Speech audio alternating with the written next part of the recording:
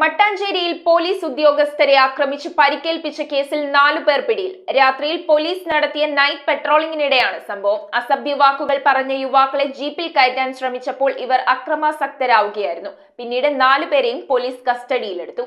മട്ടാഞ്ചേരി സ്വദേശികളായ മുഹമ്മദ് കൈഫ്, ഷിയാസ്, പള്ളൂരുത്തി സ്വദേശി മുഹമ്മദ് നബീൽ, കരുവേലിപ്പടി സ്വദേശി മുഹമ്മദ് റിസ്വാൻ എന്നിവരെയാണ് മട്ടാഞ്ചേരി പോലീസ് പിടികൂടിയത്. കഴിഞ്ഞ ദിവസം രാത്രി നൈറ്റ് പെട്രോളിംഗ് നടത്തിയിരുന്ന പോലീസ് ഉദ്യോഗസ്ഥരെയാണ് പ്രതികൾ ആക്രമിച്ചത്. പിടിയിലായ ഷിയാസ്, നബീൽ എന്നിവർ ലഹരിമരുന്ന് കേസുകളിൽ പ്രതികളാണ്.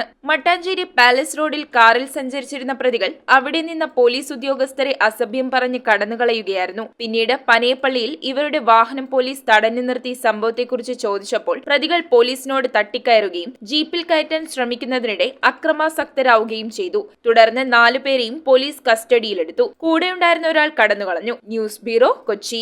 റിങ്ങുകൾ 1 ഗ്രാമിൽ തുടങ്ങുന്ന മാലകൾ, നെക്ലസുകൾ 9,000 രൂപ മുതൽ ഡയമണ്ട് നെക്ലസുകൾ 1 ലക്ഷം മുതൽ ആരംഭിക്കുന്ന വെഡിംഗ് സെറ്റുകൾ.